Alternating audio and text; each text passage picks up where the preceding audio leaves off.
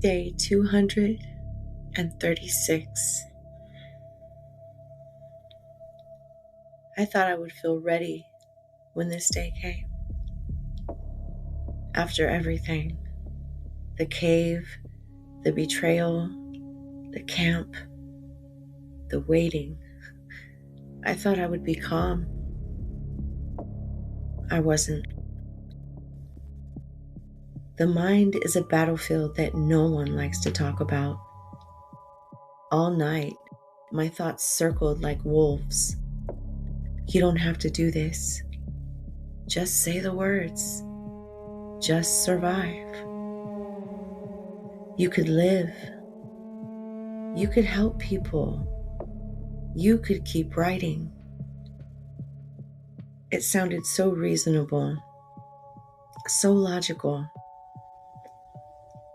Fear rarely sounds like fear. It sounds like wisdom. My hands trembled. I hated that. I wanted to be strong. I wanted to feel steady. But the truth is, I was terrified. Not of what they would do, but of failing in the last moment, of my voice breaking, of my courage collapsing, of choosing safety when eternity stood in front of me. I pressed my hands against my head, trying to quiet the storm. I remembered the world before all of this. Warm sunlight, ordinary mornings, coffee, conversations that meant nothing and yet meant everything now. I wanted one more normal day, just one. The thought hit harder than anything else. Just one more day. That's how the enemy works. He doesn't offer you rebellion. He offers you one more day, one more breath, one more comfort, one more delay, and suddenly eternity feels negotiable. I felt tears burning in my eyes. I hadn't cried since the cave. I'm scared, someone whispered across the room. It broke something open. We all were. No one corrected him. No one pretended. Faith doesn't erase fear. It just refuses to bow to it. The door opened. The sound echoed deeper than before, slower, final. Names were called. Mine. My stomach dropped. My legs felt heavy as stones. For a moment, everything inside me screamed to run. But there was nowhere to go. And in that strange place, with no escape, clarity came. This was the line. Everything before this moment had been preparation. Every prayer, every warning, every whisper from the Word. This was it. We walked forward together. No chains now, just guards and silence. The corridor stretched longer than I remembered. Cold air, concrete, shadows moving ahead of us. Then I saw it. The shape in the distance, still, waiting.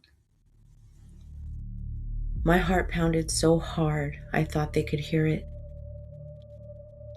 The thoughts came again. You can still stop this. Just say it. Just comply. I almost opened my mouth. Almost. And then, one memory rose above everything. Jesus, silent, standing, knowing, and still walking forward. Not forced, not dragged, willing. The noise in my mind went quiet. Not gone, but smaller. Because suddenly, this wasn't about me anymore. This was about him. They positioned us. The room smelled like metal and smoke. Torches flickered against stone walls. Someone began quietly praying. Another whispered scripture. My breathing slowed. The fear was still there, but it no longer owned me, because I realized something in that moment. The enemy had already lost. He could take the body. He could silence the voice. He could stop the story on earth, but he could not stop what comes next. The sky beyond a narrow opening began to glow. Morning. Of course it was morning. Light always comes. My hands stopped trembling. Not because I was brave, but because I was finally certain. This world was never my home. If this is the last page, let it be written clearly. The fear was real.